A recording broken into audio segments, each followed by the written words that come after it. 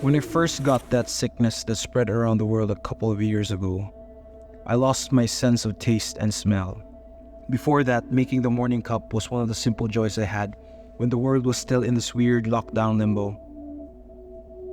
I enjoyed the ritual of it all, getting the perfect grind on specific beans, getting the right temperature, using V60 or AeroPress, or the Kalita 3 holes. All these were taken away in an instant. It took a couple of weeks before any sense of smell or taste came back, but also everything changed. I had what is called parosmia. It was like aromas were somehow tilted. If smells were used, it was like the slider was somehow shifted. It took about a year to get my smell and taste back to normal, and the unintended consequence was I became more sensitive to individual aromas. I had a pretty decent palate back then, but somehow losing my smell helped my palate become more sensitive.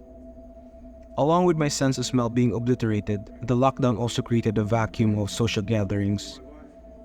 I realized a big part of coffee was the social aspect of it. You can get caffeine from energy drinks, but there's something about coffee that hits different. That's why we have places like cafes and there are no energy drink shops.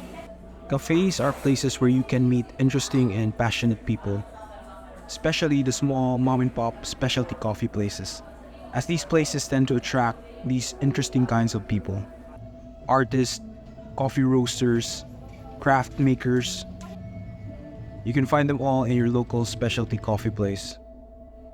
People who haven't been initiated in the cult of coffee may find all of this to be pretentious BS. Maybe, but all good things start with pretense. In aiming for something good, you always start with being bad at it. We pretend, we strive, and sometimes we fail. Sometimes the world kicks our ass, like a worldwide pandemic taking away our senses.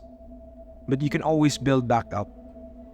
A lot of us are called to do something great in our lives, but some of us don't know where to start. I say start with something small. Try to get that perfect morning cup and work from there.